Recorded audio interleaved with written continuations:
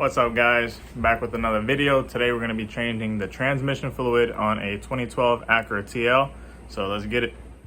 Alright, so disclaimer, I actually already had done most of the steps, but I was going online and just kind of looking at other people's videos and figured I was like, maybe I should make a quick, easy, simple video. Because a lot of people just kind of over explain things, or if you're trying to learn how to do it, why watch a 20-minute video when it can be a 5-minute video? So first off, you're gonna go ahead and make sure you get DW1 fluid. Now, whether you get the Honda or the Acura one, it's the same exact stuff, just different brand. Literally same exact stuff. It's like a light pink color. You're gonna get 4 quarts. So there's, per the manual, it's 3.3 quarts inside of to fill it, basically. That'll have you right at the middle of your dipstick. So you're gonna jack up the car, and then I'll actually go ahead and show you. I have the car already done because, like I said, I finished it. But once you get under here, there's gonna be a bolt right there, square bolt.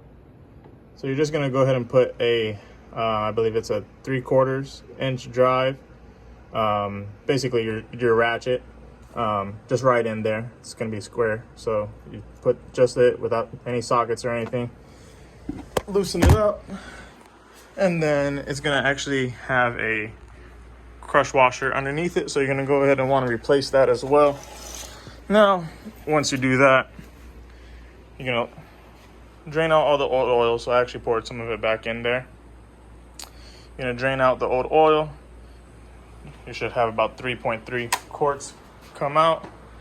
And then a lot of people will tell you to go ahead and go back here, and the fill bolt is up here. So then you have to basically remove these 2 hoses to get to it, crack that open, and then reach all in there.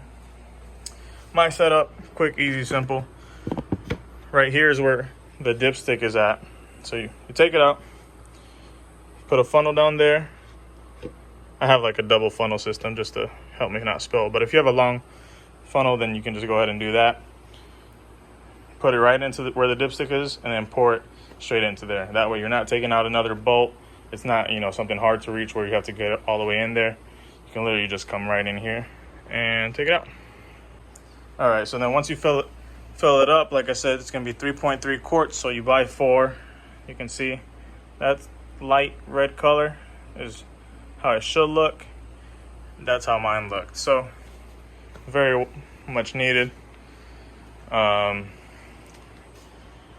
don't want to overfill it, so I would say do your 3 quarts like I did at first, and then for the 0.3 of a quart that's left, if you do the math, it's 946 milliliters. So you're gonna have to basically pour about until you're at 650. I would say just go ahead and do 700. You should be right in between the marks, and then go for your quick test drive, come back, check it, and then if you need a little bit more, add just a little bit more. You don't want to overfill it, and you'll be surprised that between the 2 dots right there, there's actually not that much of a difference. It's 4 ounces from the bottom dot to the top dot. So you don't want to put like a half a quart. You don't want to put a whole nother full quart in it. It's 3.3 per the manual.